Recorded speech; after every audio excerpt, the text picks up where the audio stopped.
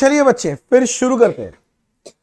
आइए सम नंबर 11 में अभी काम क्या है सुनो। अब आपको सम नंबर 11 खुद से एक बार रीडिंग करना है। मैं करके नहीं दिखा रहा, मैं डायरेक्टली आपको सॉल्यूशन में समझाता जाऊंगा सारा बात। तो पूरा सम नंबर 11 रीड कर लो। और जो बच्चे वीडियो कर रहे हैं यहां मुझे पॉज करो, पॉज करके सम को कम से कम 2 बार रीड करो और उसके बाद आगे का डिस्कशन देखो। चलो जी, मैं उम्मीद करता हूं कि आप लोग रीड कर लिए हैं। अब मैं सम पढ़ना चालू करता हूं। मांगा क्या देखते हैं। The following information were obtain from the books of Delhi club. कोई दिल्ली क्लब बोल के उसका इंफॉर्मेशन दे रहा है। एज ऑन 31 मार्च 20, तो ईयर एंड क्या है 31 March 20। At the end of first year of the club. आप लोग अपना पेन या पेंसिल रहा बुक में मार्क करो, ये क्या लिखा है, first year of the club. इसको अंडरलाइन करो, first year of the club. Underline किया मतलब ये बोल रहा है क्लब का पहला पहला साल है। हाँ भैया, तो अगर पहला साल है तो बोलो ओपनिंग बैलेंस से सारे एसेट्स और लाइबिलिटीज का क्या होगा, कुछ नहीं, क्योंकि पहला साल पहले से तो कुछ था ही नहीं। तो यही पहला साल है, तो इसका मतलब एसेट्स का ओपनिंग बैलेंस 0 है, सारे एसेट्स का, और जितना भी लाइबिलिटीज है उसका ओपनिंग बैलेंस 0 है। यानी ओपनिंग कैपिटल फंड भी 0 है। अगर ओपनिंग कैपिटल फंड 0 ही है तो क्या ओपनिंग बैलेंस शीट बनाने का कोई मतलब है क्या, नहीं। यानी इस समय भी ओपनिंग बैलेंस शीट नहीं बनेगा। मतलब समझो मैंने आपको 2 सिचुएशन दिखाया जहां ओपनिंग बैलेंस शीट नहीं बनाना पड़ेगा। नंबर 1, जब ट्रायल बैलेंस दिया हो वहां तो कैपिटल फंड दे ही देगा, और जब फर्स्ट ईयर रहेगा क्लब का या एनपीओ का, तो फर्स्ट ईयर है तो कैपिटल फंड ओपनिंग कितना है 0 है। यहां भी ओपनिंग बैलेंस शीट बनाने की जरूरत नहीं पड़ेगा। याद रहेगा ये बात। अच्छा, आगे क्या बोल रहा है देखो। You are required to prepare receipts and payment account. लो जी लो, एक कम हुआ तो एक बढ़ा दिया। क्या मांग रहा है, रिसिप्ट्स एंड पेमेंट, मतलब समझ रहा है summarise form of cash book. Receipts and payments कौन से बेसिस में बनता है, कैश बेसिस में बनता है। कौन से बेसिस में, कैश बेसिस पे बनता है। बोले यहां तक ठीक है। अच्छा ओ दीदी, मोबाइल फोन एक बार देना ना मेरे को। तो हम इसीलिए बोल रहे हैं एक बार देना ना, वो हमको पता है कौन सा कैलकुलेटर है, हम पहली बार यूज नहीं किए मोबाइल। आगे क्या बोल रहा है देखो, इनकम एंड एक्सपेंडिचर भी बनाने बोल रहा है for the year ended 31 March 20। तो पहले बोलता है रिसिप्ट्स एंड पेमेंट्स बनाओ, फिर बोलता है इनकम एंड एक्सपेंडिचर बनाओ। इनकम एंड एक्सपेंडिचर आपको पता ही है अक्रूवल बेसिस बनता है। एंड अ बैलेंस शीट 31/3/20, मतलब कौन सा balance sheet, closing balance sheet. और बोल रहा है ऑन मर्केंटाइल बेसिस। मर्केंटाइल मतलब ये अक्रूवल बेसिस। अक्रूवल बेसिस का दूसरा नाम क्या है, मर्केंटाइल। तो अब तुम्हारे बोलने के मोहताज नहीं, हमको पता है कि अकाउंटिंग अक्रूवल बेसिस में होता है। ठीक है सर, ये सब दे दिया है। अब यहां पर बहुत सारा इंफॉर्मेशन दिया है। ठीक है, मैं इंफॉर्मेशन पढ़ूंगा। सुना, अभी तक जो नॉर्मल सम कर रहे थे उसमें पहले रिसिप्ट्स एंड पेमेंट्स देता था, उसको देख के हम सारा सम बना रहे थे। इस बार रिसिप्ट्स एंड पेमेंट नहीं दिया, बनाने बोला है, किंतु बाकी सम भी तो बोला ही है, income and expenditure balance sheet. तो मैं एक काम करता हूं, पहले मैं रिसिप्ट्स एंड पेमेंट्स बना लेता हूं। मेरा बात नहीं समझा, तो इनकम एंड एक्सपेंडिचर और बैलेंस शीट बनाना थोड़ा आसान हो जाएगा, इजी हो जाएगा। तो मैं चला लिखने के लिए। ये आपका क्वेश्चन नंबर कितना है, 11। नाम है क्या क्लब था बोल तो, हाँ दिल्ली क्लब। और मैं बनाना चालू किया आपके लिए रिसिप्ट्स एंड पेमेंट अकाउंट। बच्चे रिसिप्ट्स एंड पेमेंट अकाउंट, इसमें लिखो फॉर द ईयर एंडेड, ना for the year ended 31 March 20। Receipts and payment कौन से बेसिस में बनेगा, कैश बेसिस में। रिसिप्ट्स एंड पेमेंट कुछ नहीं होता, summarise form of cash book होता है। इट स्टार्ट्स विथ, याद है, opening cash and bank balance and it ends with closing cash and bank balance. ये सब याद है, ये सब लाइन। ये कौन सा अकाउंट होता है, रियल अकाउंट इन नेचर है। चलो ठीक है, मैं बनाता हूं debit side, credit side, rupees rupees. Debit side कौन सा साइड होता है, रिसिप्ट्स, और credit side payment. It starts with opening cash and bank balance, तो मैं लिखूंगा टू बैलेंस ब्रॉट डाउन बोलो कैश का ओपनिंग बैलेंस कितना दिया हुआ है, तुम सम पढ़ा है? 0। क्यों भैया? First year of the club है ना भैया, आप भी कैसे कैसे बातें करते हो, first year of the club है, ठीक है। मैं जानबूझ के 0 लिखा कि जब आप रिवीजन करें तो आपको याद रहे। अब चाहो तो इग्नोर भी कर सकते हो, क्योंकि ओपनिंग बैलेंस नहीं तो आप इग्नोर भी कर सकते हो लिखना, पर मैं जानबूझ के लिख दिया कि जिससे पता रहे कि भैया 0 रहेगा। आगे बोलता है donation receive for building and library room 2 lakh. हमको कोई डोनेशन दिया है और बोलता है इसे बिल्डिंग और उसके अंदर में लाइब्रेरी रूम बना देना। तो जैसे ही डोनेशन मिलेगा एंट्री होगा कैश अकाउंट डेबिट टू नाम, इस फंड का नाम रखना पड़ेगा, building and library fund, building and library fund कितना आ गया? 2 लाख। मिल गया 2 लाख। अच्छा एक बात बताऊं, ये जो बैलेंस शीट बनेगा ना, इसमें ये वाला फंड है ना जो बैलेंस शीट की लाइब्रेरी साइड में दिखाई देगा।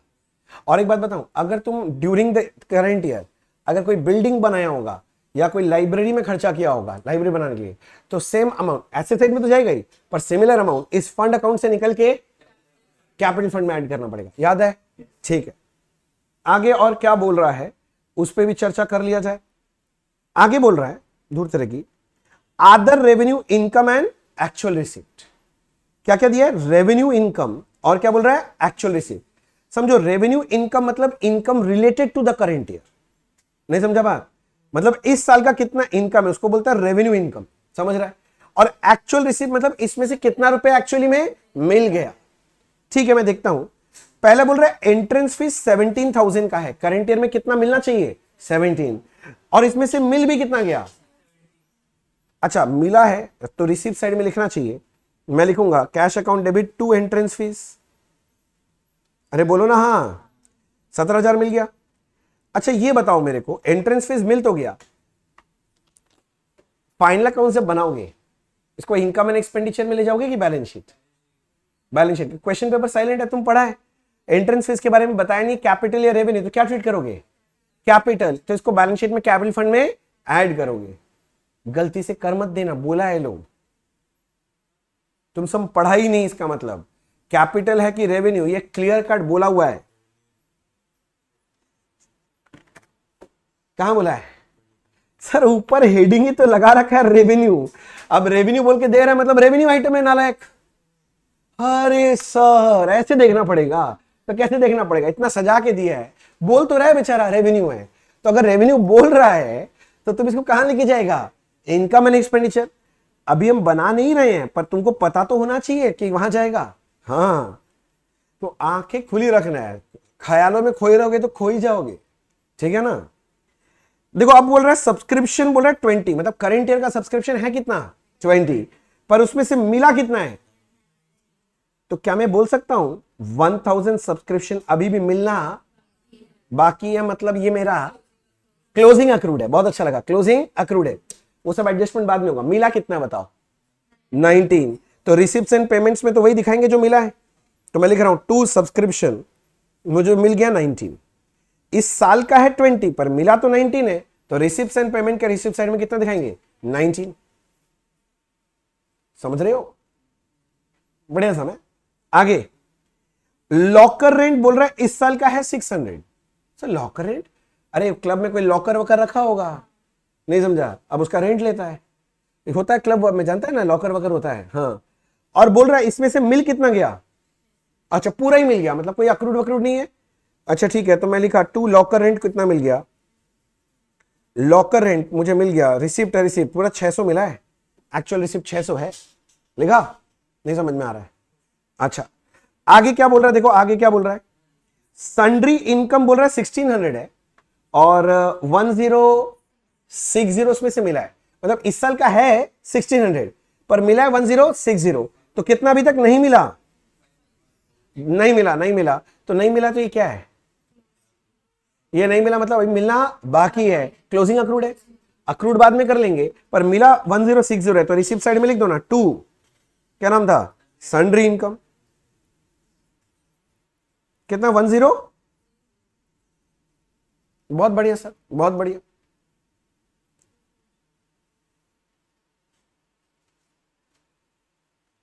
बोलो जी, यहां तक कोई दिक्कत है क्या? नहीं है। आगे फिर इसके बाद बोला एक तो रिफ्रेशमेंट अकाउंट। रिफ्रेशमेंट, तब मेरा थोड़ा कहानी सुनो, मेरा कहानी जरा समझो। अब मैं जो बोल रहा हूं क्या होता है, जैसे मैंने आपको बोला जो नॉन प्रॉफिट ऑर्गेनाइजेशंस होते हैं उनका मेन मोटिव प्रॉफिट अर्निंग नहीं होता है। प्रॉफिट अर्निंग इनका मेन मोटिव नहीं है, किंतु ये लोग कभी कभी बहुत सारा प्रॉफिट अर्निंग एक्टिविटी करते हैं। क्यों करते हैं ये मैं आपको पूरा समझाता हूं। ये लोग करते हैं क्योंकि अपना काम चलाने के लिए। मैं अपना एक पर्सनल एक्सपीरियंस बताता हूं। जब मैं बहुत छोटा बच्चा था, देखिए ना, मैं ये कहानी सुना रहा हूं, ये क्लास 11 में होंगे, 10 थे या 11 था मेरे, ये 2003, हाँ कोई 10-11 का बात है। अब 10-11 में थे तो क्या हुआ, एक दिन मैं और मेरा दोस्त हम लोग सोचे कि चलो मंदिर में दर्शन करके आते हैं, भगवान बहुत पाप कर रहे हैं जिंदगी में तो दर्शन किया जाए। तो यहाँ बालीगंज में, अपना कलकत्ता में बालीगंज में एक इस्कॉन टेम्पल, अगर सुना हो तो कभी कभी गया इस्कॉन टेम्पल, हाँ वो फर्स्ट फ्लोर में है, अगर तुम कभी गया होगा तो हम लोग वहां गए दर्शन करने के लिए। तो वहां गए, दर्शन वर्शन किए इस्कॉन टेम्पल, शाम का वक्त था, वही 6-7 बज रहा होगा करीब करीब। तो दर्शन वर्शन किए, दर्शन करके उतरे। अब उस उम्र में, तुम लोग अभी भी उस उम्र में है तो तुम लोग अच्छे से पता है क्या होता है ना, भूख बहुत ज्यादा लगता है और बाहर खाने का मौका मिले तो कौन छोड़ेगा। तो जैसे ही नीचे उतरे ना तो हम लोग को थोड़ा भूख लग ही रहा था, बोले चल कुछ खा लेते। नीचे देखे एक रेस्टोरेंट था गोविंदास बोल के, और मजा का बात हमको पता चला कि वो जो रेस्टोरेंट है ना वो इस्कॉन टेम्पल का ही रेस्टोरेंट है। तो क्या है कि उस वक्त हमको लगा अच्छा मंदिर का रेस्टोरेंट है तो बहुत सस्ता ही होगा, सस्ता में निपट जाएगा। तो हम और मेरा दोस्त उसी लॉजिक से भैया हम लोग रेस्टोरेंट में घुस गए। रेस्टोरेंट बहुत बढ़िया था, बोला यार मंदिर का रेस्टोरेंट, इतना अच्छा सुंदर रेस्टोरेंट बना रखा है, प्योर वेज रेस्टोरेंट। अब मेरे लिए सोने पे से होगा, वेज आदमी के लिए इतना प्योर वेज मिले, वो तो प्याज लहसुन नहीं मिलता। पर हमको थोड़ा सा शक हुआ, क्या पता खाना टेस्टी होगा कि नहीं होगा। हम लोग ना मेनू वनी कुछ नहीं किए, सामने उसको बुलाए वेटर को स्टाइल में, और हम लोग बोले क्या क्या है, वो ये बोला ये हम बोला ये ऑर्डर कर दो। और वही तो वेज में अपने ऑर्डर करते ही क्या है, थोड़ा काला दाल, थोड़ा पनीर का सब्जी, कोई नान कुलचा है ना तेना करके ऑर्डर कर दिया। मस्त एकदम ऑर्डर किया, एकदम अय्यासी में ऑर्डर की। और अब हम और मेरा दोस्त मस्त खा लिया, एकदम खा पी के एकदम डकार मार लिया, इतना पेट हिलने का जरूरत नहीं है, जगह नहीं बच रहा है, वैसा खा लिया। और हम लोग सोचे बिल हुआ ही कितना, मंदिर वाला जगह 200 300 400 500 दो जन भाई मिलाएगा तो अपने लोग लड़का लोग में ऐसा तब भाई बोलते हैं, समझ रहा ना, मतलब 2 भाई कंट्रीब्यूट करेंगे हो जाएगा। और भाई साहब बिल आया हाथ में 1800 रुपया का। और आज का बात नहीं कर रहा हूं मैं, बहुत साल पहले का बात कर रहा हूं। जैसे 1800 रुपये देखे ना, हम ऐसे देख रहे हो ऐसे देख रहा है। और हम लोग दोनों एक दूसरे का चेहरा में देख के एक दूसरे को बिना बोले ही बोल रहे चल आज बर्तन धोते हैं, अपना से तो बढ़ने वाला नहीं है ये। ओके 1800 रुपये का बिल, मतलब और इतना जोर का धक्का लगा, मंदिर वाला जगह 1800 रुपया बिल। अब मेरे पास उस वक्त इतना पैसा नहीं था, मेरा भगवान का दया था, उस दोस्त के पास पैसा रहता था, उसके घर वाले उसको अच्छा पॉकेट मनी देते थे। हम लोग का महीना का पॉकेट मनी 300 रुपया होता था और उसको मिलता था उस वक्त 3000-4000 उस वक्त मिलता था पॉकेट मनी। तो बोला भाई है ना टेंशन नहीं, हम दे रहे हैं। पर मन से तो बहुत वो लग रहा था कि कुछ कांड हो गया आज अपने साथ। वो दे के निकले और हम लोग दोनों ना डिस्कशन करते हुए निकले। देखा तो इंडिया में ना लूट ही है, मंदिर है मंदिर, और फाइन डाइनिंग रेस्टोरेंट से भी ज्यादा पैसा लेता है यहाँ पर। हाँ भाई उस वक्त भी एक वो क्या बोलते हैं दाल का में ना, हमको याद है 200 ना 250 रुपया लिया था, 200-250, समझे कलेजा निकल गया है भाई। हम बोला भले ही टेस्टी था खाना, बहुत अच्छा था, बिना प्याज लहसुन के बहुत टेस्टी बना है, ऐसा क्या लूट है उसमें, तो सामान भी कम लगा पैसा ज्यादा बचा है। समझ रहे कैलकुलेशन क्या चल रहा है, जब कम उम्र होता है ऐसा कैलकुलेशन चलता ही है। हम बोला कि कुछ नहीं है, देखो लूट रहे लोग, लूट रहे। पहले तो यही सोचे प्रॉफिट अर्निंग एक्टिविटी है, प्रॉफिट तो कमाई होगा भाई साहब। फिर बाद में जब थोड़े बड़े हुए ना हमको पता चला क्या चीज, मंदिर है बहुत अच्छा बात है, इस्कॉन टेम्पल है, पर ये लोग बहुत सारा रिस्पॉन्सिबिलिटी ले रखा है अपने ऊपर। मैं एक रिस्पॉन्सिबिलिटी बताता हूं उसी समझ में आएगा। तुम लोग शायद सुना होगा इंडिया में ये स्कूल्स में मिड डे मील का कॉन्सेप्ट है। गवर्नमेंट जो स्कूल्स रन करता है ना उसमें बोलता है बच्चों को कि अगर आप आके स्कूल में पढ़ोगे ना तो आपको एक टाइम का खाना देंगे हम। अब ये जो है मिड डे मील का बहुत सारे हजारों स्कूल का रिस्पॉन्सिबिलिटी कौन उठा रखा है, इस्कॉन टेम्पल वाला बोला कि हम लोग फंड करेंगे इसको, अटेंशन मतलब हम लोग खिलाएंगे। अब हजारों स्कूल के बच्चों को खाना खिलाना है। तो तुम सोच रहे भैया डोनेशन तो आता है उससे चल जाएगा, चल डोनेशन आ रहा है, पर डोनेशन क्या ऐसा है कि रोज ही आता रहता है? अगर मान ले ऐसा 1 साल हो गया कि कहीं से डोनेशन नहीं आया, तो क्या बच्चा लोग को बोलेंगे डोनेशन नहीं है, भूखा रह जाओ? तो पैसा तो चाहिए। तो ये सब मैनेज करने के लिए वो लोग भी प्रॉफिट अर्निंग एक्टिविटी करता है, प्रॉफिट कमाता है, मगर ये प्रॉफिट को वो लोग घर नहीं लेके जाता, वो लोग ये सब एक्टिविटी में यूज करता है। मेरे बात समझ रहे, मैं कहां कहां समझाना चाह रहा हूं, आप समझो इस बात को। तो मैं ये समझाना चाह रहा हूं कि एनपीओ ऐसा हो सकता है कभी कभी प्रॉफिट अर्निंग एक्टिविटी कर ही सकता है, पर प्रॉफिट लोग घर लेके नहीं जाएगा, वो प्रॉफिट लोग यूज करता है टू फुलफिल देयर ऑब्जेक्टिव। अब अगर ऐसा लोग प्रॉफिट अर्निंग एक्टिविटी करता है तो वो लोग भी तो निकाल के देखना चाहेगा ना कि ये धंधा करके कितना प्रॉफिट लॉस हुआ। तो उसके लिए, उस धंधा के लिए लोग ट्रेडिंग अकाउंट बनाता है। फॉर एग्जाम्पल, अगर रेस्टोरेंट चला रहा है तो लोग उसके लिए बनाएगा रेस्टोरेंट ट्रेडिंग अकाउंट। क्या बनाएगा? हाँ, जैसे ट्रेडिंग नहीं बनता है नॉर्मल, वैसे ही बनाएगा। जैसे ट्रेडिंग कैसे बनाया तुम बचपन से, टू ओपनिंग स्टॉक बैठा देगा, टू परचेज, उसके बाद बाई सेल और बाई क्लोजिंग स्टॉक करके यहां प्रॉफिट आएगा। बस ये जो ग्रॉस प्रॉफिट आएगा ना, तुम लोग इसको ना इनकम एंड एक्सपेंडिचर में डाल देना, क्योंकि याद करो जीपी कहां जाता है? पीएल अकाउंट में। तो ये भी तो कहीं ना कहीं जीपी है, तो इसको भी पीएल मतलब क्या, इनकम एंड एक्सपेंडिचर में ले जाना। तो अगर रेस्टोरेंट खोला है तो क्या बनाना चाहिए? Restaurant trading account. अब मान ले बहुत सारा क्लब्स होता है, क्या होता है? क्लब्स। वो लोग बार खोल के बैठ जाता है। हाँ, अब वहां पर भी प्रॉफिट लॉस होगा, तो उसके लिए तुम निकालने के लिए कौन सा अकाउंट बनेगा? बार ट्रेडिंग अकाउंट। अगर कोई मेडिसिन शॉप खोल के बैठ लिया है तो उसके लिए क्या बनेगा? Medicine trading account. Refreshment store बना लिया। हाँ, रिफ्रेशमेंट स्टोर क्या होता है समझ गया? मतलब वहां पर चाय, कॉफी, पानी, बिस्किट, केक, ये सब बेचता है, चिप्स, ये सब बेचता होता है ना, तो इसे रिफ्रेशमेंट स्टोर बोलते हैं इसको। तो वो रिफ्रेशमेंट ट्रेडिंग अकाउंट बनाएगा। मेरा बात समझ में आ रहा है? पर इस समय काफी आसान कर दिया लोग आपका काम। ये लोग बोल रहा है रिफ्रेशमेंट, बोल तो रहा है, किंतु देखो यहां पर क्या लिखा है? Actual receive 16,000। मतलब ये लोग रिफ्रेशमेंट का शॉप खोला होगा और बेच के कितना रुपया आया घर में? 16,000। और एक मजा का चीज देख, इधर देख, रिफ्रेशमेंट अकाउंट पेमेंट करवाया 8,000। पेमेंट क्यों किया होगा? हाँ, वो सब खरीदा भी होगा तभी ना बेचा होगा। जो चिप्स, केक, बिस्किट बेच रहा है, खरीदा होगा फिर बेच रहा है, तो उसका खर्चा लगा 8,000। अब यहां पर ट्रेडिंग बनाने का जरूरत नहीं है। मैं बोल तो रहा था आपको ट्रेडिंग बनता है, यहां नहीं बनाना, क्योंकि यहां पर बाकी डेटा नहीं है। मतलब ओपनिंग स्टॉक, परचेज तो ठीक है, हम बोल सकते हैं 8,000 है, सेल है 16,000, क्लोजिंग स्टॉक, ये सब का नहीं है, तो नेट करके प्रॉफिट दिखा देंगे। पर प्रॉफिट तो इनकम एंड एक्सपेंडिचर में न जाएगा। अभी हम क्या बना रहे हैं? Receipts and payment. तो रिफ्रेशमेंट बेच के कितना आया है? 16,000। तो इसका मतलब मैं यहां पर रिसिप्ट साइड में दिखाऊंगा भैया, टू सेल ऑफ रिफ्रेशमेंट। मैं सेल ऑफ रिफ्रेशमेंट क्यों बोला, आप समझ गए? बेचा ही ना होगा, इसलिए मैं बोल दिया सेल ऑफ रिफ्रेशमेंट से 16,000 आया। कैश बुक बना रहे, रिसिप्ट्स एंड पेमेंट, पैसा आया है। समझ में? अगले बार अगर कोई एनपीओ देखो प्रॉफिट अर्निंग एक्टिविटी कर रहा है तो घबरा मत जाना देख के। समझ गया? आगे फिर क्या बोल रहा है? फिर क्या बोल रहा है? फिर क्या बोल रहा है? फिर क्या बोल रहा है? Other revenue expenditure and actual payment. अब एक्सपेंडिचर और पेमेंट बता रहा है। जैसे रेवेन्यू एक्सपेंडिचर कॉलम बना है, मतलब इसमें इस साल का खर्चा बता रहा है, और एक्चुअल पेमेंट मतलब सच में कितना पेमेंट किया है। समझ गया? जैसे पहले दिया है लैंड, ब्रैकेट में बोला लैंड का कॉस्ट कितना था? 10,000, और हमने पेमेंट भी कितना कर दिया? 10,000। मतलब लैंड खरीदे हैं। किंतु एक डाउट है, ये लोग यहां पर डैश क्यों दिया है? हाँ, ये रेवेन्यू थोड़ी ना है, ये कौन सा आइटम है? कैपिटल, इसलिए रेवेन्यू कॉलम में नहीं लिखा। समझो बात को, समझ रहा है? तो ठीक है, तो अगर लैंड खरीदा है तो पेमेंट ना हुआ होगा, तो मैं ऐसे लिखूंगा by purchase of land.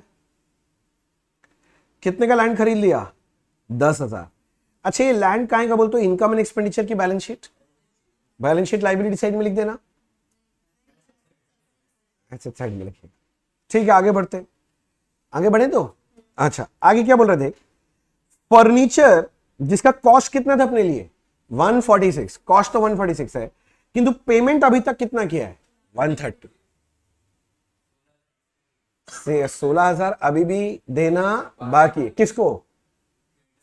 Creditor for furniture, जिस सप्लायर से खरीदे हुए से। मतलब एंट्री वाइज सोच, हुआ क्या होगा? एंट्री वाइज जरा ऐसे विजुअलाइज करा रहा हूं।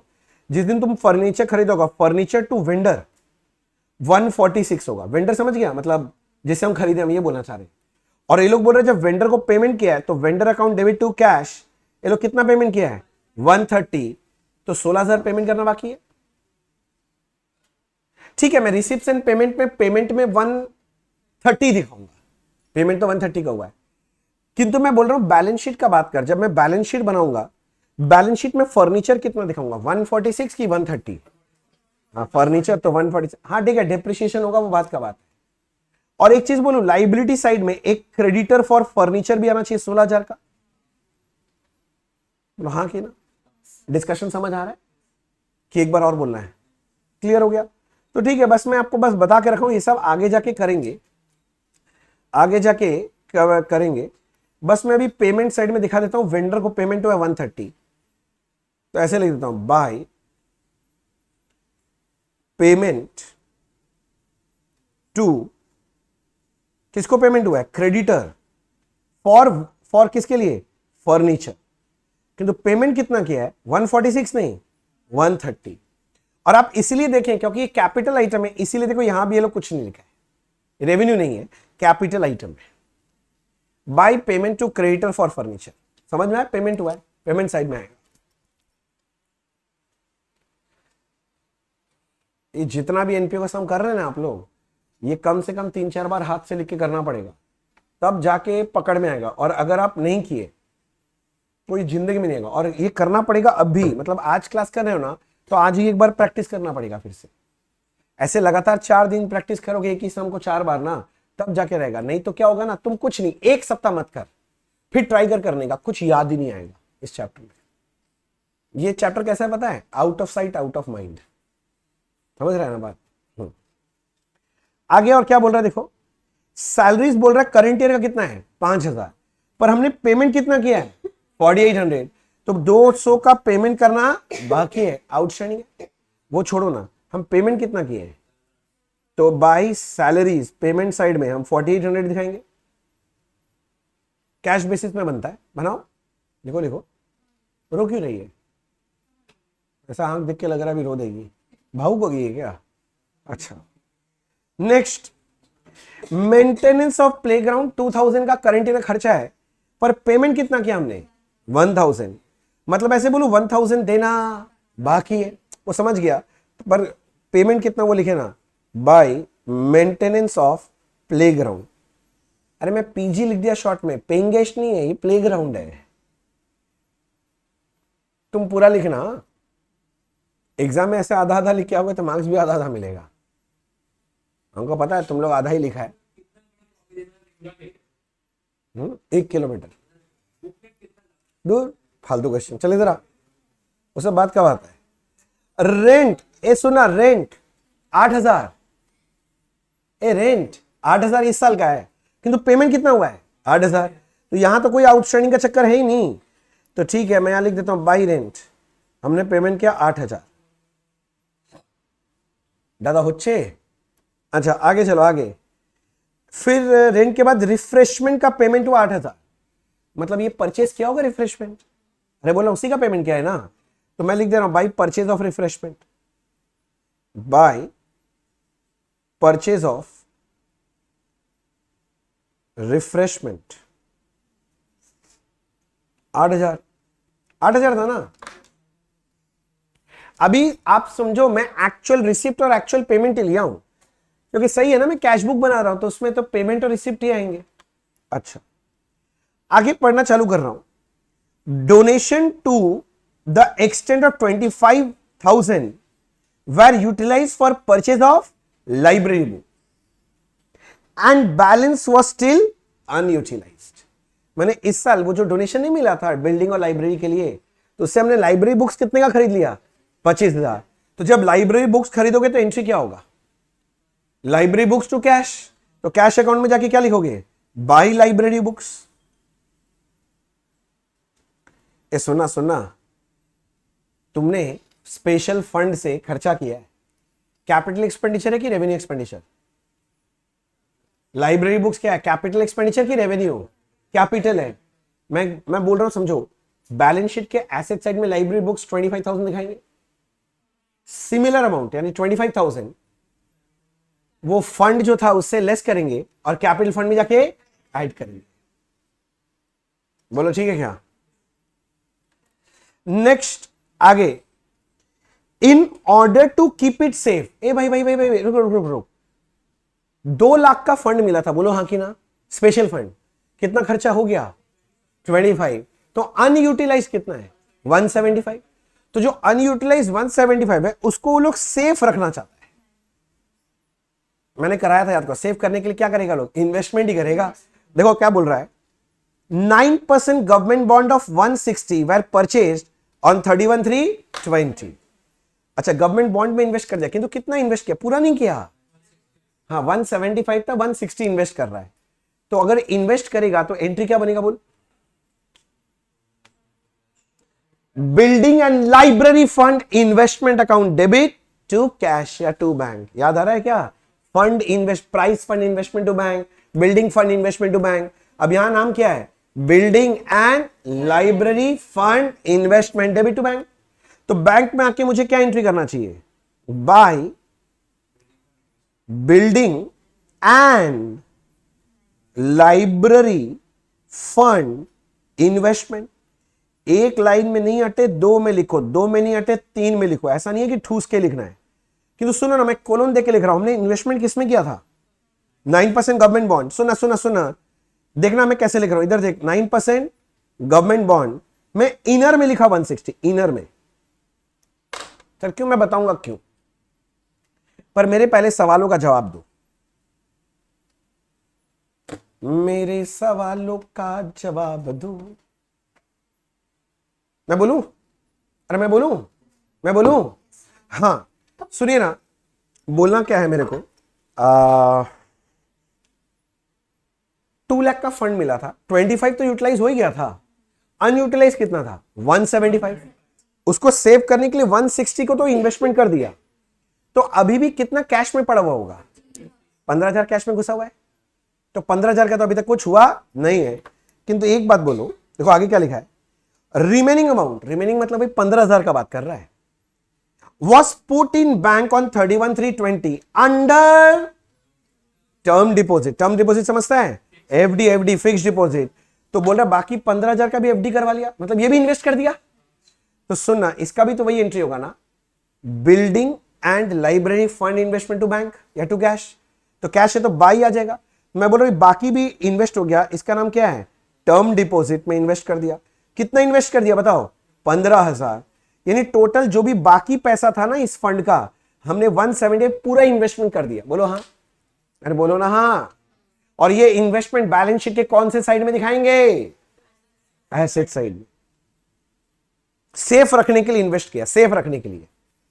इससे लाइब्रेरी बुक्स नहीं खरीदा, बिल्डिंग नहीं बनाया, इन्वेस्ट करके रख दिया है कि बाद में जब जरूरत पड़ेगा बेच के पैसा निकाल के खरीद लेंगे। बोलो क्लियर हुआ इतना तो? अच्छा एक बात, मेरा क्वेश्चन है, जैसे इस पे 9% गवर्नमेंट बॉन्ड है, तो इस पे इंटरेस्ट कितना रुपया मिलेगा 1 साल का? करंट ईयर में मुझे इस पे इंटरेस्ट कितना मिलेगा? हाँ 1,60,000 का कितना परसेंट? 9%, that is 14,400। बोलो ठीक बोल रहा हूं? एकदम गलत बोल रहा हूं? नहीं मिलेगा इंटरेस्ट। हाँ भैया, ये इन्वेस्टमेंट कब क्या है? Last day. तो आज इन्वेस्ट किया और आज ही 1 साल का इंटरेस्ट मिल जाएगा। हमको बताओ, ऐसा जगह मैं पैसा लगाऊंगा भाई, दिन दुगनी रात क्या बोलते हैं, चौगुनी हो जाता है। तो वैसा काम बोल रहा है तुम लोग? गधेड़ा, इन्वेस्टमेंट लास्ट डे में किया है, कोई इंटरेस्ट मिलेगा नहीं। हाँ अगले साल जाके मिलेगा, पर इस साल तो नहीं मिलेगा। टर्म डिपॉजिट पे भी नहीं मिलेगा, ये भी लास्ट डे इन्वेस्ट हुआ था। समझ रहे हैं ना? समझ रहे हो? Depreciation eight 10% per annum was to be provided for whole year on furniture and library books। कर देंगे भाई, इनकम एंड एक्सपेंडिचर में 2 डेप्रिसिएशन और बैलेंस शीट में लेस करेंगे। पर डेप्रिसिएशन का क्या रिसिप्ट्स एंड पेमेंट्स में कोई असर पड़ेगा क्या? रिसिप्ट्स एंड पेमेंट पे कोई असर पड़ेगा? जल्दी देख के बताओ। 1-2 बच्चा बोल रहा है, बाकी लोग क्या मर गया है क्या? वो नहीं, मरा नहीं है। अच्छा, बोला मरा भी नहीं, हुआ भी नहीं है। तो इसका मतलब कुछ भैया नहीं होगा, ठीक है ना? अभी रिसिप्ट्स एंड पेमेंट, तो रिसिप्ट्स एंड पेमेंट्स का जितना आइटम था मेरे ख्याल से हमने सारा का सारा आइटम कर लिया। अरे बोलो। तो अब रिसिप्ट्स एंड पेमेंट्स में क्या निकलेगा? Closing balance. अरे क्लोजिंग कैश बैंक बैलेंस निकलेगा, बोलो ना हाँ। चेक करो टू बैलेंस आ रहा है कि बाई बैलेंस, देख लो भाई, टू की by, I don't know why but by.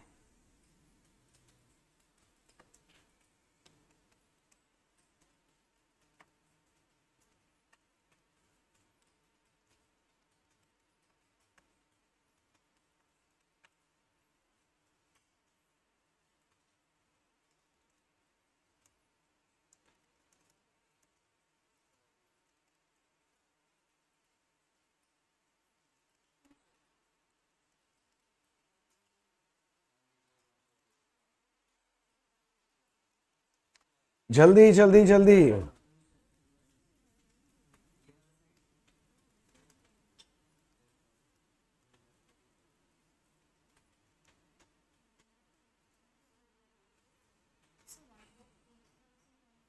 जो भी आ रहा करो, हम कब मना किए, हम अब तुम्हारे ऊपर जिम्मेदारी छोड़ दिए।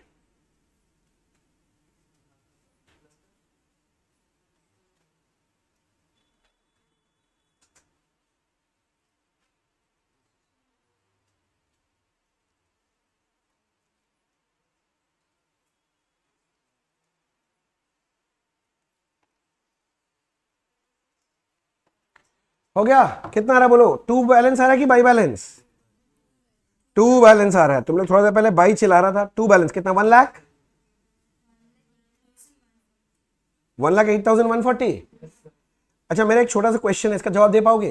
ये जो तुमने बैलेंस निकाला, ये डेबिट बैलेंस है कि क्रेडिट बैलेंस है? कौन सा, अभी कौन सा बैलेंस निकाला भाई साहब, हमको बता। नहीं नहीं, तुम 16 बैलेंस निकाल के बैठा ना लायक। हाँ ये क्रेडिट बैलेंस है, सुनो मेरा बात, ये क्रेडिट बैलेंस है। हाँ मैं यही सुनना चाह रहा था। तो तुमको समझना, कैश बुक में ओडी बैलेंस मतलब क्रेडिट बैलेंस आ रहा है, मतलब ओवरड्राफ्ट है। तो ये बात समझना, ये तुमको लिखना नहीं, मैं तुम्हारे समझने के लिए लिख रहा हूं, एग्जाम में ऐसे नहीं लिखना है। ये बैंक ओवरड्राफ्ट का बैलेंस है। तो ये बैंक ओवरड्राफ्ट है, तो बैलेंस शीट के एसेट साइड में नहीं, लाइबिलिटी साइड में दिखाया जाएगा। क्या ये ध्यान रहेगा? चलो अब क्या बनाना है, इनकम एंड एक्सपेंडिचर और closing balance sheet. Opening balance sheet बनाना है क्या? नहीं सर। चलो चलो जल्दी से इनकम एंड एक्सपेंडिचर बनाओ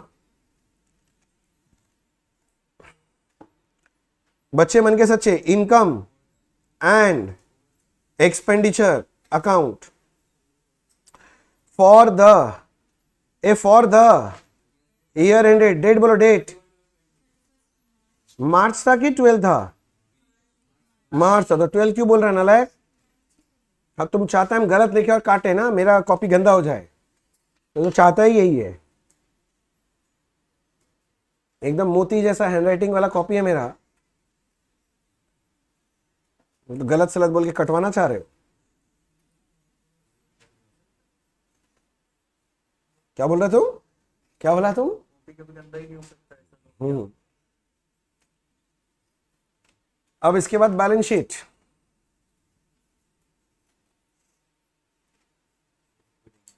बैलेंस शीट एज ऑन, क्या डेट लिखे, 31 मार्च 20। बनाओ बनाओ बनाओ।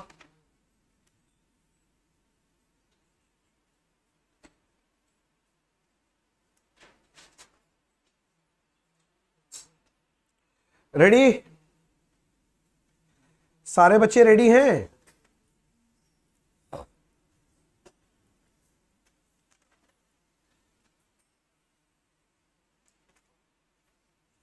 फोन के बिना जी घबरा रहा है क्या तुम्हारा?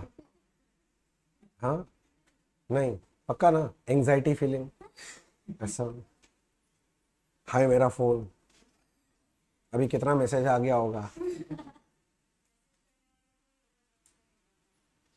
हम लोग तो पूछे नहीं थे सब बात, ये चोर के दाढ़ी में तिनका वाला बात है, हम जरा सा भी नहीं बोले, तो घर वाला भी कर सकता है, ऐसा थोड़ी है।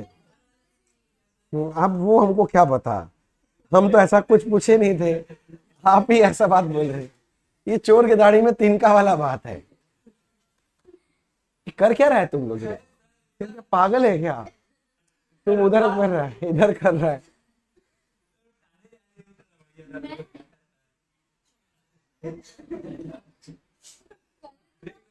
बंगाल में दीदी लोग से नहीं लगने का, पहले बताए। हम बोला ना, बंगाल में दीदी लोग के साथ नहीं लगने का, दीदी डायरेक्टली चौड़ मार दे, ठीक है ना, तुम्हारे साथ खेला हो जाए। चलो चलो चलो चलो, अपने पास टाइम नहीं है, जल्दी करो जल्दी करो जल्दी करो। अब रेडी है सारे बच्चे सुनने के लिए? Income and expenditure balance sheet ready है? अच्छा, तेरा टांग शायद थोड़ा लंबा है, तो कटवा के छोटा करवा ले। हाँ, कॉम्प्लेन ज्यादा कौन भी नहीं बोला था। अच्छा हो गया, मस्ती मजाक, चले आगे। अब नहीं, कंसेंट्रेशन ही खोना है। बहुत बढ़िया समय है, थोड़ा सा बोलता है ना, नजर हटी दुर्घटना घटी वाला केस हो जाएगा। अभी तक ठीक ठाक चल रहा है। सुनो सुनो सुनो, मेरे पास रिसिप्ट्स एंड पेमेंट रेडी है, इसी को देख के सम कर लेंगे ना, और बाकी तो एडिशनल इंफॉर्मेशन यहां मिल ही जाएगा। चलो एक एक करके बात करते हैं। सबसे पहले ओपनिंग कैश बैलेंस जीरो है, जीरो। अगर होता तो मैं ओपनिंग बैलेंस शीट में बैठा देता, पर बैठाने का जरूरत है क्या? नहीं है, छोड़ दो। फिर मुझे मेरा बिल्डिंग एंड लाइब्रेरी फंड कितने का है? 2 लाख। ये कहां जाना चाहिए? Liability side. अच्छा, मैं येलो से मार्क कर दे रहा हूं, तो येलो नहीं, थोड़ा दूसरा कलर लेता हूं, ऑरेंज अच्छा लगेगा, भगवा कलर। ये वाला हो गया है। बिल्डिंग एंड लाइब्रेरी फंड, ये अपना झंडा का पहला कलर है ना, बहुत अच्छा लगता है देखने में। अच्छा, building and library fund 2 lakh. तो चलो आ जाओ, बिल्डिंग एंड लाइब्रेरी फंड कहां लिखूं, कहां लिखूं? Balance sheet, liability side. अच्छा, मस्ती मजाक बंद, बैलेंस शीट, लाइबिलिटी साइड। तो 1 2 3 4 5 जगह छोड़ के मैं आपके लिए लिखना चालू किया लाइब्रेरी साइड में, building and library fund. Inner column में लिखना 2 लाख, क्योंकि ड्यूरिंग द ईयर आपने, मुझे याद है, लाइब्रेरी बुक्स खरीदा था, वो यहां से निकल के कैपिटल फंड में जाएगा। जब वो इंफॉर्मेशन आएगा तब मैं करूंगा, अभी जितना पता चला उतना लिख दो, समझ गया? अच्छा, नेक्स्ट। तेरी कहां चले गए, यहां पर देखना था। नेक्स्ट कहां गया मेरा? नेक्स्ट उसके बाद है मुन्ना, इसके बाद है entrance fees. Munna, entrance fees अगर आपको याद हो, वो लोग रेवेन्यू बोला था, दिखाई दे रहा है क्या? अच्छा, था भी 17, मिला भी 17 है, इसमें कोई अक्रूड बकरूड का चक्कर नहीं है। तो इसको डायरेक्टली कहां लिखेंगे? इनकम साइड में, by entrance fees, by entrance fees. 17 का खतरा, 17 था ना? अच्छा, नेक्स्ट, इधर इधर इधर इधर इधर से देखना, मैं लाइन से जाऊंगा। सब्सक्रिप्शन 19 का है, तुमको याद है कुछ आउटस्टैंडिंग बोला था, तो मैं ऐसे लिख रहा हूं, बाई सब्सक्रिप्शन, इनर में लिखो 19, फिर चर्चा करेंगे। मैं याद दिला देता हूं आपको, देखो यहां पर है सब्सक्रिप्शन ड्यूरिंग देयर 20 का था, पर मिला कितना है? 19, तो 1000 क्लोजिंग अक्रूड है। तो क्लोजिंग अक्रूड क्या करोगे? ऐड की लेस, तो ऐड क्लोजिंग अक्रूड लिख दो, कितना? 1000। आउटर कॉलम में कितना जाएगा? 20। आउटर कॉलम में कितना जाएगा? 20। अरे बोर्ड देखना, उसका कॉपी क्या देखना है? अरे वो नालायक, क्या चश्मा नहीं पहनी है क्या आज? वो समझ गए, ये दर्द समझ सकते हैं हम भी चश्मेला है ना। चश्मा अगर छूट जाए, हाय रे, अंधा वाला फीलिंग आता है। और लड़की लोग तो जानबूझ के नहीं पहनती है। हाँ, नहीं हम कुछ नहीं बोल रहे हैं, जनरल देखा गया है, तुम लोग के सामने एग्जाम्पल भी है। हाँ, अच्छा छोड़ो ना ऐसा बात। अक्रूड सब्सक्रिप्शन कहां दिखाएंगे बता दो? Asset side of balance sheet, closing accrued, closing balance sheet में जाइए, एसेट साइड में एक लाइन का जगह छोड़ के लिख रहा हूं, बोल सकते हैं मैं किसके लिए छोड़ा है जगह? अच्छा भैया, बैंक बैलेंस है ही नहीं, आप छोड़ के भी क्या ही कर लेंगे, सही याद दिलाया। वैसे नहीं छोड़ो तो भी चलेगा, छोड़ो तो भी चलेगा, वैसे बैंक बैलेंस के लिए मेरा छोड़ने का आदत है, ठीक है ना, किंतु चलो इस बार तो ओवरड्राफ्ट है, नहीं भी छोड़ेंगे तो चलेगा। आप लोग छोड़ दो, मत छोड़ो। कितना अक्रूड सब्सक्रिप्शन, ये सब छोड़ो, कितना है? 1000। एक बढ़िया बात, इस सम का एक शॉर्टकट बताता हूं, सुनो ना। ये कॉलम कौन सा कॉलम है? रेवेन्यू, मतलब करंट ईयर का कितना है। सुनो, ये 20 है ना, ध्यान से देखो, इनकम एंड एक्सपेंडिचर में तो 20 गया अल्टीमेटली। तो अगर आप टाइम बचाना चाहते हो तो डायरेक्टली 20 भी लिख सकते थे बाई सब्सक्रिप्शन, क्योंकि फिगर दिया हुआ था। पर ठीक है, मैं अपना फॉर्मेट मेंटेन करने के लिए लिखते जा रहा हूं कि बाद में आपको असुविधा ना हो, नहीं तो क्या होगा, बाद में जब रिवीजन करोगे भूल भूल जाओगे ना तो कांड हो जाना है, इसीलिए मैं बना के दिखा रहा हूं इतना। चलो नेक्स्ट, यहां नहीं देखना था, सॉरी मैं यहां गलत जगह देख रहा हूं। लॉकर रेंट 600, और इसमें मैं देखा यहां कुछ आउटस्टैंडिंग का चर्चा नहीं है, तो ठीक है पूरा ही इनकम है, तो बाई लॉकर रेंट।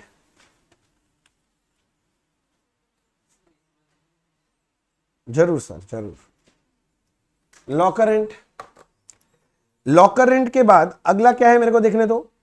ये लो, सन्ड्री इनकम है 1060, पर मुझे याद है देखो 1600 में 1060 मिला था, 540 मिलना बाकी है, क्लोजिंग अक्रूड है। तो मैं क्या बोल रहा हूं, यहां पर आओ लिखो बाय, क्या नाम था उसका, sundry income. Sundry income inner में लिखो 1060, क्लोजिंग अक्रूड ऐड करेंगे कि लेस, ऐड करेंगे 540, तो टोटल 1600, देखो 1600 ही गया आउटर कॉलम में। इस साल का जो इनकम है वही जाएगा ना, वही तो अक्रूवल बेसिस बोलता है। अब शायद समझ में आ रहा होगा अक्रूवल वर्ड का, थोड़ा सा ये देख रहा होगा ये सब चीज ना, तो समझ में आ रहा होगा। अब अक्रूड सब्सक्रिप्शन, सॉरी अक्रूड क्या था ये मेरा, हाँ accrued sundry income, balance sheet के एसेट साइड में भी लिख दो 540।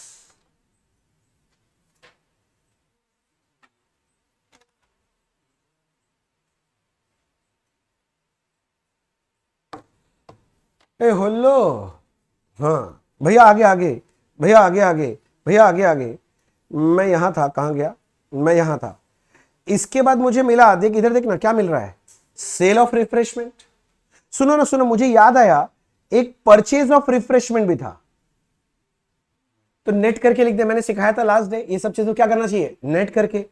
तो नेट करके मैं कहां लिखूं, इनकम साइड में कि एक्सपेंस साइड में, इनकम ज्यादा है ना तो इनकम साइड में, तो ऐसे लिखो ना, by sale of refreshment 16,000 minus purchase of refreshment 8,000, net income 8,000। क्या इसका बैलेंस शीट में कोई असर पड़ेगा, अरे बोलना, बैलेंस शीट में कोई असर पड़ेगा क्या, नहीं सर बैलेंस शीट में कोई असर नहीं होगा।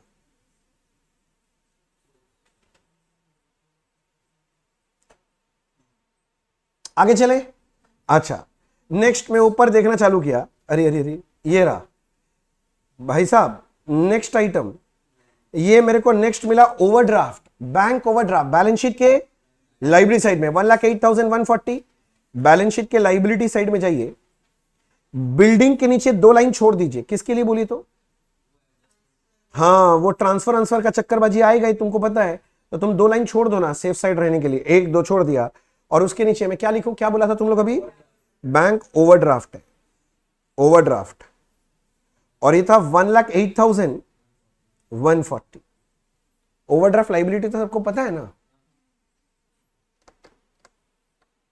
ये तुम्हारा तितली ऐसे क्या मार के चिपका ही उड़ता नहीं, वो देख रहा है सच्ची मार के चिपकाया भाई, हो गया। अच्छा आगे आगे आगे आगे सर इधर देखो, मेरा रिसिप्ट साइड हो गया, अब मैं पेमेंट साइड से एक एक फिगर्स उठा रहा हूं, एक एक करके। सबसे पहले मुझे मिला लैंड, तो लैंड तो मैंने 10,000 का खरीदा है, ये कहां आएगा जल्दी बताओ, बैलेंस शीट एसेट साइड, तो मैंने लिख दिया लैंड 10,000। जा भूल गए, डेप्रिसिएशन तो किया ही नहीं, डेप्रिसिएशन बोला था ना ये लोग यहां पर, अरे यहां पर डेप्रिसिएशन बोला था ना 10% करने के लिए, बोले भैया पागल आदमी है क्या, लैंड पे कभी डेप्रिसिएशन नहीं होता है, land is a appreciable asset, याद रखना land is a appreciable asset. Question कई बार पूछ लेता है नेम अ एसेट जिसके ऊपर डेप्रिसिएशन नहीं होता है, तो आंसर क्या है land, because it is not a depreciable asset, appreciable है, लैंड का दाम रोज बढ़ता है घटता नहीं है, समझ रहा है ना।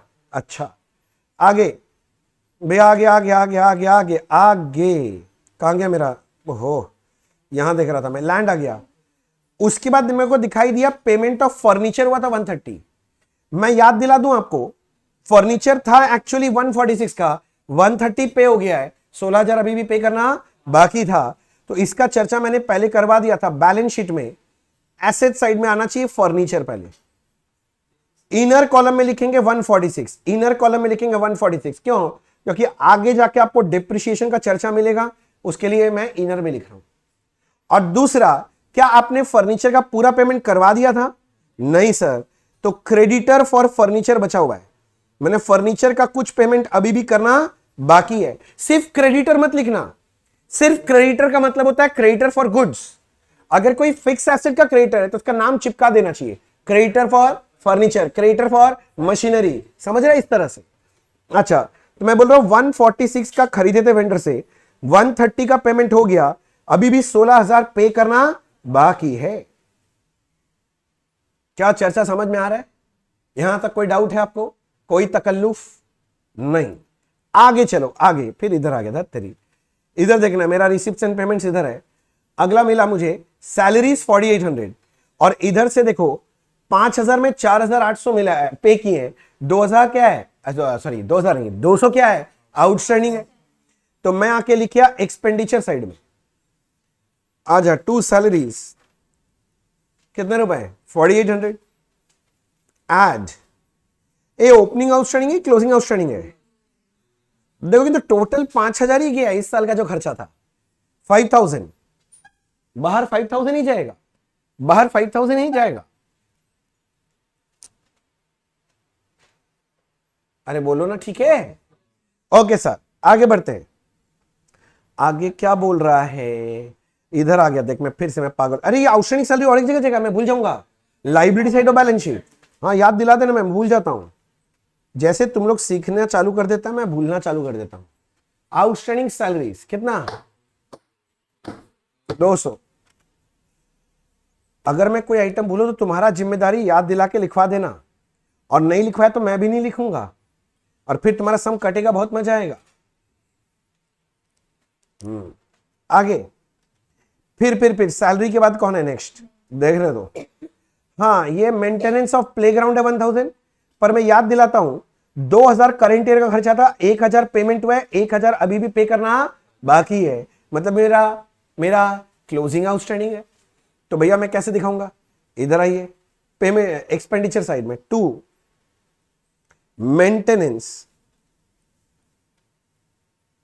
Maintenance of playground. एक लाइन में ना हटे, 2 लाइन में लिखो, कोई दिक्कत नहीं है। इसमें क्या करना है, ऐड क्लोजिंग आउटस्टैंडिंग कि minus closing outstanding? Add. Total तो 2,000 ही आ रहा है, पर ये आउटस्टैंडिंग मेंटेनेंस ऑफ प्लेग्राउंड और एक जगह जाएगा, liability side of balance sheet. तो यहां तक जल्दी लिखो, फिर तो बैलेंस शीट में जाओगे, जल्दी लिखो। मैं गया लिखने के लिए बैलेंस शीट, बैलेंस शीट में जाके लिख दिया आउटस्टैंडिंग मेंटेनेंस ऑफ प्लेग्राउंड। कितना रुपया था मुन्ना, 1,000। मजा आया सर, मजा आया सर? अच्छा, फिर मेंटेनेंस, तेरे यहां पर नहीं था, मैं यहां पर था। मेंटेनेंस ऑफ प्लेग्राउंड के बाद अगला क्या है, रेंट। पर आप देखे थे रेंट में 8 का 8 ही पे हो गया था, इसमें कोई आउटस्टैंडिंग का चक्करबाजी नहीं है। तो कर तो दें, कहां लिखे हैं मैं रेंट, अरे कहां गया मेरा, ये रहा। पेमेंट साइड में आओ, लिखो टू रेंट 8,000। नेक्स्ट रेंट के बाद आगे इधर ही देख लेते क्या है, देखो वो आ गया। कौन है ये, लाइब्रेरी बुक्स खरीदे 25 का। तो पहला बात, लाइब्रेरी बुक्स बैलेंस शीट के कौन साइड में जाना चाहिए, तो देखो डेप्रिसिएशन को ऊपर जगह छोड़ लेना, छोड़ के लिखना लाइब्रेरी बुक्स 25,000। मैं क्या बोला समझ गए? अरे पगला लोग, फर्नीचर के नीचे डेप्रिसिएशन का जगह छोड़ लेना, फिर लाइब्रेरी बुक्स को भी इनर में लिखो, क्योंकि इस पे भी डेप्रिसिएशन बोला है वो लोग, समझ रहे हो?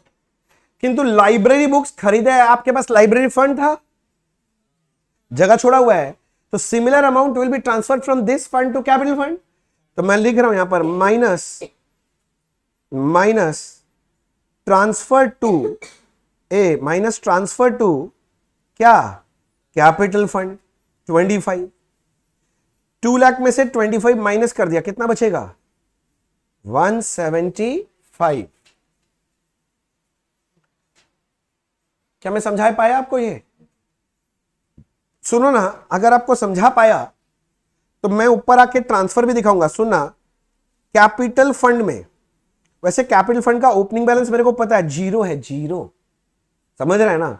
इसमें करना पड़ेगा add, Munna add transfer from the तरीके, हाँ, building and library fund 25,000 add होगा। और भी बहुत कुछ होगा इसमें, पर जो आइटम होगा वो तो लिख के जाए, को क्यों छोड़े?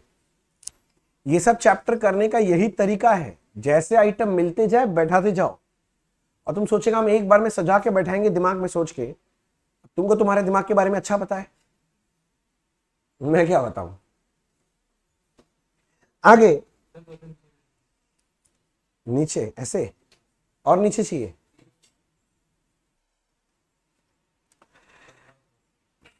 अभी बोला था नहीं, फिर बोलता और थोड़ा सा, ये ऐसा ही है।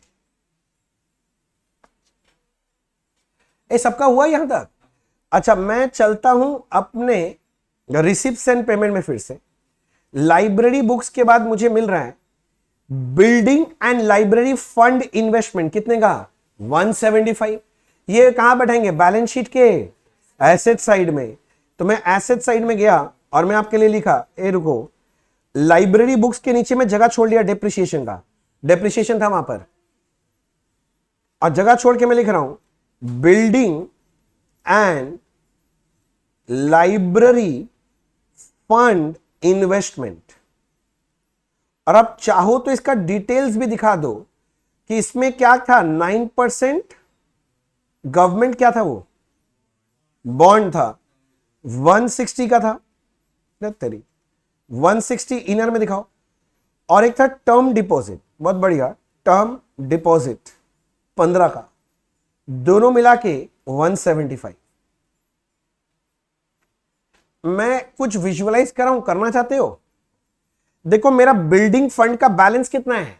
175, and it is represented by investment on asset side.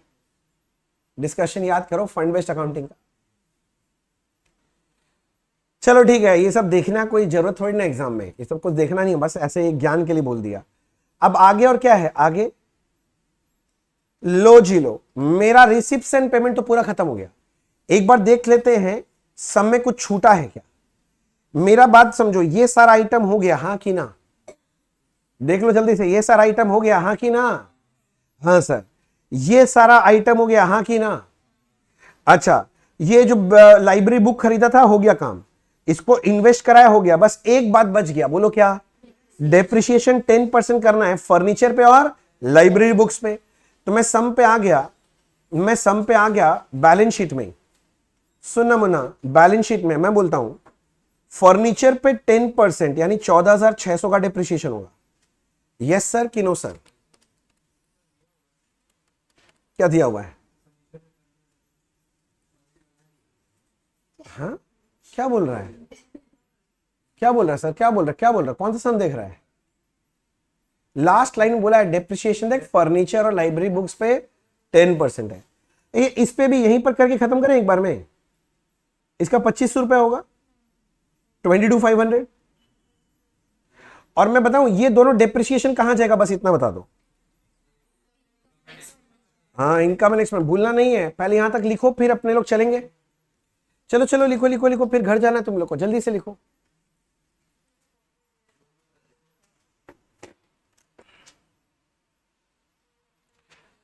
ओए हुआ, जल्दी बोलो।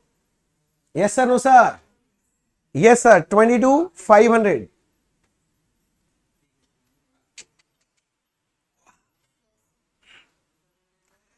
इधर आ जाओ, मैं चला गया इनकम एंड एक्सपेंडिचर में लिखने के लिए। 2 मेरे बच्चे, 2 मेरे बच्चे लिखो, 2 डेप्रिसिएशन ऑन, पहला कौन था? फर्नीचर, उसका बोला था आपने 14,600, और एक था ऑन लाइब्रेरी बुक्स 2500, 2500। और तो कुछ समय बचा ही नहीं है, सब तो कर ही लिए। चलो सरप्लस डेफिसिट चेक कर लो, सरप्लस डेफिसिट चेक कर लो। कुछ बच्चे लोग कुछ बोल रहे हैं फिगर, आप लोग जरा क्रॉस चेक करके कंफर्म करना वही आ रहा है कि कुछ और आ रहा है।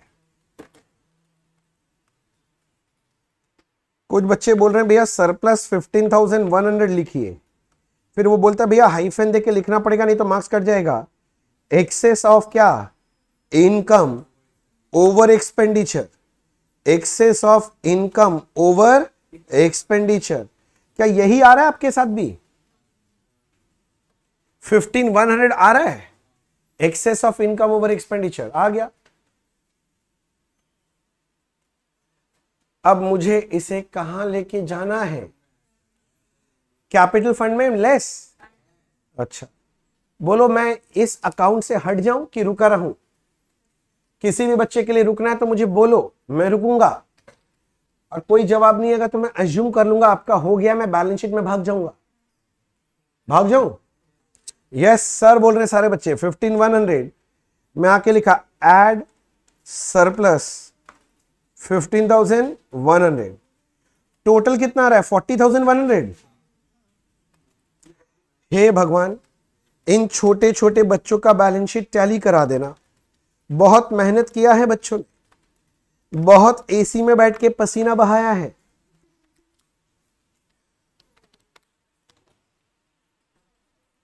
लाइबिलिटी साइड में आइए, मेरा तो टोटल आ रहा है 3,40,440। आपका पता नहीं, मेरा तो यही आ रहा है। मुझे बाकी चेक कर लें दो एक बार। 1,540, 10, 131,400, 22,500 प्लस 1,75,000। लो जी लो, खुशी की लहरें दौड़ पड़ी, हमारा बैलेंस शीट फिर से टैली हो गया। होना ही है। अकाउंट्स के इतने बड़े बड़े महाज्ञानी महायोद्धा मेरे सामने बैठे हैं, आपके अंदर अकाउंट का ज्ञान का महासागर समाया है। ज्ञान इतना है कि टपक टपक के चारों तरफ गिरता है, और आपके लिए छोटा मोटा बैलेंस शीट क्या है? कुछ नहीं है। तुच्छ शब्द भी तुच्छ है ना? हो गया सर, हो गया, हो गया सर। तो बस हम इतना ही बोल सकते हैं। इसी के साथ हमारी यह सम समाप्त।